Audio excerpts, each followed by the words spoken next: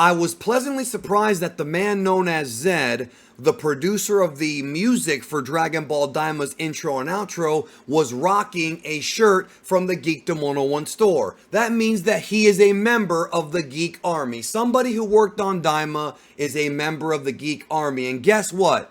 You can get this too. Right now, back in the Geekdom 101 store, the vintage Dragon Ball Super Mario Bros. 3 Fusion merch. You can get shirts, hoodies, different types of styles. You can get an art piece, and it ships anywhere in the world, almost anywhere, in various colors and sizes. Only available for a limited time. Do not wait. Get yours today. The link will be down below.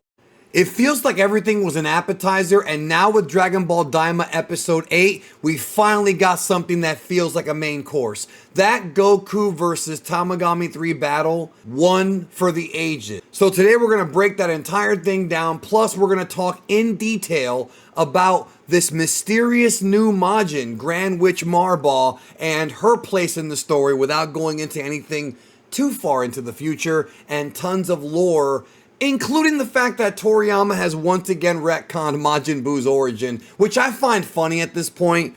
I'm not sure if he's just forgetting or if he's just adding to his lore or twisting it around. Nevertheless, it doesn't bother me too much because to me it's not that important, but let's go ahead and get into it. There's a shot early in the fight of Goku jumping off of some rocks, and this right here was awesome. This was phenomenal because what did it remind me of? That's right, the Ultra Instinct leaping Kamehameha that he did in Dragon Ball Super on Kefla. And that was one of the greatest, and many fans consider the greatest Kamehameha of all time. Well, there's one in this episode that was really, really damn great, but we'll get there. Either way, the speed, the quickness, the fluid animation make this one for the ages, and easily the best fight in Daima so far, by leaps and bounds. A very interesting ability, which I guess you can call demonic magic from the demon realm, is that Tamagami 3 can actually use telekinetic powers to call his hammer back to him. There is no question in my mind that this was borrowed directly from Thor. Now, obviously, Dragon Ball in the past has been influenced by Western things, like we know Toriyama loves movies and Disney, and obviously there's tons and tons of superhero movie references in Dragon Ball Superhero. I did an Easter egg video a couple of years ago when that film came out, going into a lot of these, because you'd be surprised as to how many things you missed that they straight up borrowed from the MCU, and there's no question that Tamagami 3 is like the Thor of these ball gods, because in case you missed it, the word Tamagami in Japanese literally translates to ball god, and this is of course one of 3 guardians of the 3 demonic Dragon Balls that are in the 3 demon worlds in the Grand Demon Realm. This fight is probably the best that we've seen Goku use the power pole, aka the Nioibo, in years. Notice how he uses it in this fight, both as an offensive and a defensive strategy, or that is to say artifact, as well as using it at one point to actually sweep the leg of Tamagami 3. That was a beautiful shot and a beautiful piece of choreography. Goku uses the stick to also hit Tamagami on his Achilles heel, knocking him down to a knee so that Goku can come up from the top and hit him with an overhead smash, but the Tamagami has his weapon as his protective, I guess, his weapon. What do you want me to tell you? His shield. I lost track of my thoughts there, but you know what I'm trying to say. This was fun, seeing this sort of fight with them using their weapons, and something I was really excited to see from Daima, because it's been quite a while since we've seen Goku use it, and it's always a thrill and always a lot of nostalgia to see that play out, especially with this phenomenal animation team. During the fight, the Supreme Kai reveals that Goku has already acclimated to the weight of the world's air, meaning his body is finally now accustomed to the demon realm. He was improving little by little, and he got it. Tamagami 3 uses his telekinetic powers, which is probably magic, to push the hammer into Goku. Now, this is meant to crush Goku. However, it has a side effect that I don't think he was expecting. But one that worked out for Goku. This triggered Goku to his limits, and he was able to break it and transform into a Super Saiyan once again. Beautiful shot right here, just absolute perfection.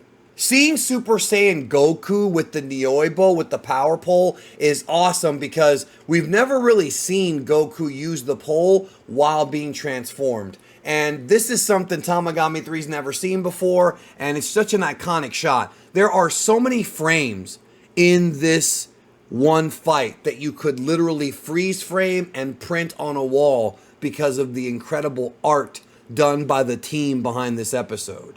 Now, I suspected that when Goku was a Super Saiyan and used the pole, he would be able to enhance its power. But I wasn't expecting this. Goku dodges the telekinetic attack from Tamagami 3 with the hammer and breaks the hammer in two. He broke the hammer into two pieces. Now at this point, Tamagami 3 has no weapon.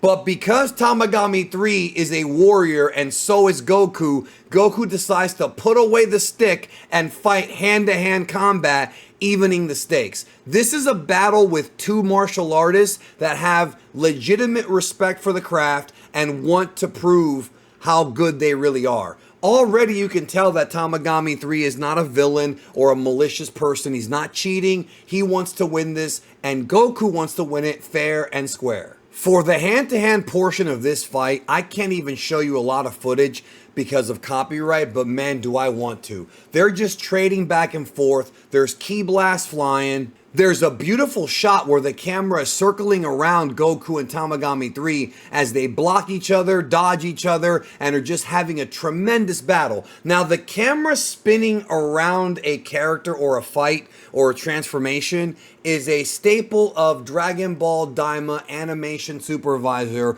Katsuyoshi Nakatsuru. If you remember back to the Dragon Ball Z first Cooler movie, there's a shot where the camera spins around Cooler and Goku ends up getting hit with a back fist.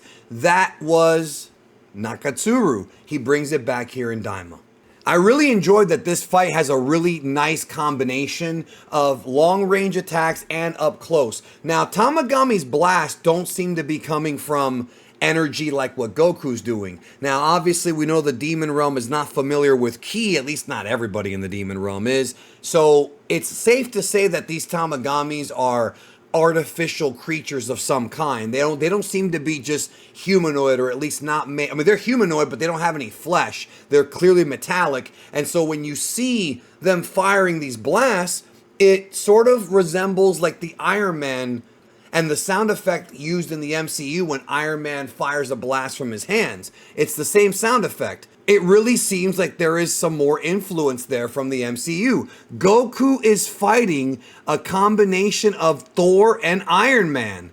That's pretty damn cool. Tamagami 3 does an incredibly awesome move where he powers up his kinetic energy and hits the ground with it, trying to break it beneath Goku and fire beams up.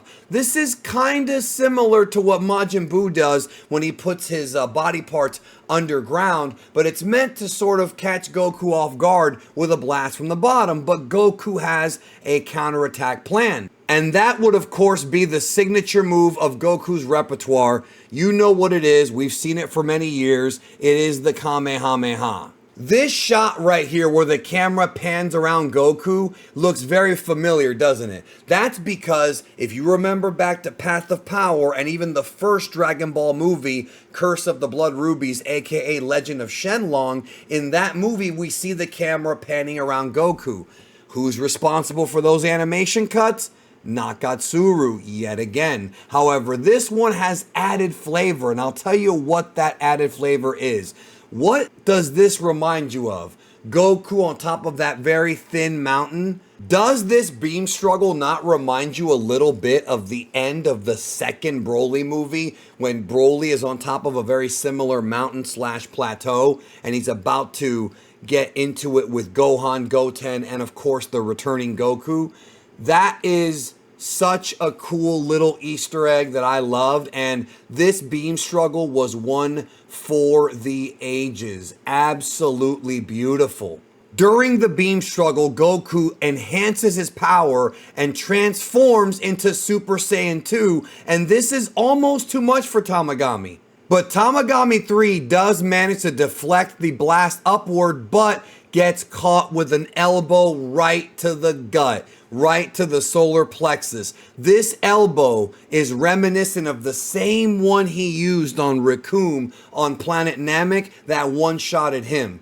This is too much for Tamagami, as he admits that Goku is the better man on this day, and I love the lightning effects on that Super Saiyan 2. What a battle, and I had a ton of fun breaking it down, but we got a lot more to come on this video because I got to talk to you about the big new Majin and the lore they added, because that's what these breakdowns are all about, right? We then have the awesome cup and balls routine. Now, here's a little fun fact. A few years ago, I started learning magic, and the cup and balls is a classic old school magic trick that goes back centuries, where you have a ball inside of 3 cups and you spin it around, and the trick is to see if they can figure out where the ball is. However, with clever sleight of hand, you can move the ball around to where the ball won't even be under any of the cups if you know how to perfect this.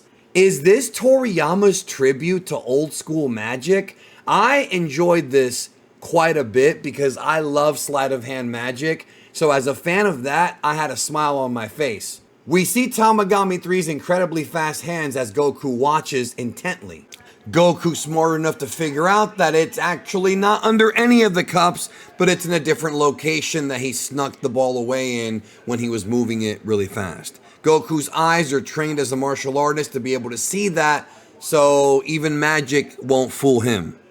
Sometime around the second half of the episode, Gloria once again gets a call from Dr. Arinsu, and this is where we find out what Dr. Arinsu's plan is. We discovered recently that Gloria was working with Dr. Arinsu for a purpose, but this episode expounded upon what her true goal was, or at least partially. There's a scene where she's straight up, it looks like she's looking right at the camera. Like, this almost feels like a fourth wall breaking joke where she says, I guess I should move on to my main plan. It's almost like she's telling the audience, us, yeah, 8 episodes in, we've already kind of, taken time to go here. Now we're going to tell you the real plot of the show and what I'm planning, and we're going to, give you a big fight. That's the way I saw this, as a fourth wall breaking joke, which did exist in the original manga too from time to time.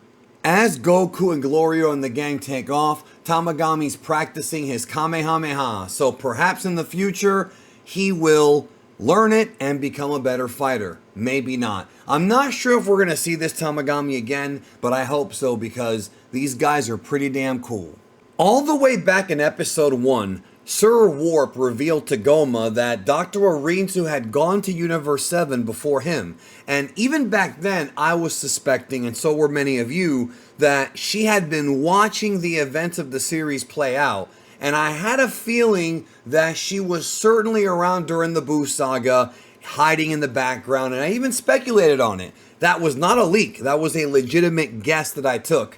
Well, now it has come to pass because it was revealed that not only was Dr. Arinsu watching the events of the Buu saga, but when Vegeta did the final explosion and Majin Buu's body parts were ripped into several different parts, Dr. Arinsu, before he could regenerate all of it, took a piece of Majin Buu with her. This would lead, of course, to her master plot. We are then taken to a mysterious area that we have not seen before, a floating island that appears to be in Demon World 1, although I'm not really sure. It could be one of the other demon realms. This is a new location. However, we did see some of this vegetation in one of the last Daima trailers from a couple months ago. We are then introduced to Grand Witch Marba. This is a new character plotting something sinister with Dr. Arinsu. Arinsu and Marba are working together using science and magic to create a new Majin Buu, and she needed a piece of the old Majin Buu in order to really put together that creature and make a new Majin Buu. Now, this is not something new if you've been watching the content going back to July. In fact, Remember when I said this? Now, something else you're going to see in Dragon Ball Daima is that one of these other demons is going to try to create a copy of Majin Buu. That is to say, a different Majin Buu type of demonic character. That was from a video that I released on July 2nd. Now, at the time, I wasn't exactly sure of what it looked like, but there was a video I did later with leaks that actually show what this new Majin Buu looks like, and I will leave a link at the end of this video to go watch that if you want to know. If you don't want to know, avoid it. But not only was that revealed, but also this character of Marva was revealed on that very same video. And if you look at the art, it's literally almost identical. So, lucky guess. I guess I must be the luckiest man on earth. Anyways, what ends up happening is that Dr. Arinsu reveals that the last Majin she created couldn't beat her, and this all leads to her wanting to create another Majin Buu to help her overthrow Goma and become the grand ruler of the demon realm. But that's not all. There's more lore revealed here. Dr. Arinsu reveals that Marva is the creator of Majin Buu, the same one from Dragon Ball Z and the original manga. Now, this is the third time that Toriyama has changed the origin of Majin Buu. In the original Dragon Ball manga, Babidi's father, Bibidi, created Majin Buu with his magic. Then later, in 2014, Toriyama was interviewed in Psycho Jump, and he revealed that that was not the case. That in actuality, Bibidi just conjured Majin Buu because Majin Buu existed since time immemorial. And that is the explanation we've gone with since then. Well, now apparently it was Marva who created Majin Buu, and at one time in the past, Majin Buu, I guess, ran roughshod all over the demon realm before, of course, leaving. So this is now the third time that Toriyama's changed the origin. I guess Babidi is a hack no matter which way you slice it based on the last two explanations. Is Arinsu lying about this, or is Marva lying about this? Maybe the 24 Psycho Jump explanation was true and Marva's just full of BS. Either way, as of right now, as of episode 8, she was the true creator of Majin Buu, and she considered it a once-in-a-lifetime type of achievement, but it ran crazy in the demon realm and was uncontrollable. And that was certainly the case for the original Majin Buu. Now, if you remember back to Dragon Ball Z, there's an episode in Dragon Ball Z where we see Majin Buu as Kid Buu fighting all the Kais. This is a cool flashback, but it's anime only. Yes, these events are brought up in the manga, so they certainly happened, but it's anime only. Keep in mind that even though we believe that these events happened in Universe 7 in the Sacred Kai realm, I would not be surprised if Toriyama went ahead and retconned it to where maybe Majin Buu rampaged all over the Glins in the second demon world. And maybe he has a whole history of killing Supreme Kais / Glins. That remains to be seen. But this new Marva character is quite interesting. Grand Witch Marva. Probably not the most powerful physical fighter, but if she can create something as dangerous as Majin Buu, then this could be an issue. The way that Arinsu describes it, Majin Buu threw the demon realm into utter chaos. So that whole thing about how Buu is from time immemorial, maybe the demon realm existed since then, and so that way maybe it does make sense in a way. However, I'm not exactly too sure about that. But people who have asked, is Majin Buu from the demon realm? Because of course we weren't sure. This episode certainly seems to clear that up. Arinsu does elaborate that some members of her race, the Glins, did leave to the outside world, but some were killed by Majin Buu. Now, this could mean that Buu killed them in the demon realm, or it could mean that he killed them after they already left, which is what we saw in that Dragon Ball Z filler scene. Difficult to give you an answer on this right now, but either way, the point of all this is to illustrate the dangers of creating another Majin Buu. The idea here is that this next iteration of Buu is going to be easier to control than that original version. Arinsu drops a piece of her saliva into the mixture to make this Majin Buu. Now, When it comes to the dropping of the saliva, this is something that people who do witchcraft have often discussed, or things that we've heard throughout the years, that you have to put some kind of bodily liquid into it. You know, there's blood that's often used, sometimes saliva, and sometimes other bodily liquids that we won't mention here. And I'm serious, this is stuff that if you do a deep dive on this, you will find out more about it. That's not what this video is about, but this is where they kind of got the idea, because Marva is a very old school witch stereotype, you can tell. It appears like once that is in, it begins to activate and an energy is coming out of it. So this next new Majin is coming and could end up being trouble. Rinsu is planning to overthrow Goma and become the supreme demon king, or in her case, queen herself. And while this is going on, she's using Goku and the gang to defeat the Tamagami to get the demonic Dragon Balls, to also use them to help her become the ruler of the demon realm and betray Goma. This goes all the way back to the July video where I talked about how there's a conspiracy and a battle for the throne of the demon realm. I was given very little information at the time as far as details go, but now that we're in episode 8, things are starting to really shape out. The last sort of Easter egg I want to break down that I thought was funny was when Hybis tells Vegeta that you're not even a king, but you act so arrogant. That was great because, as we know, Vegeta always referred to himself as the prince. He never really got to become the king, and that's because, well, his whole planet was destroyed and the succession never actually happened.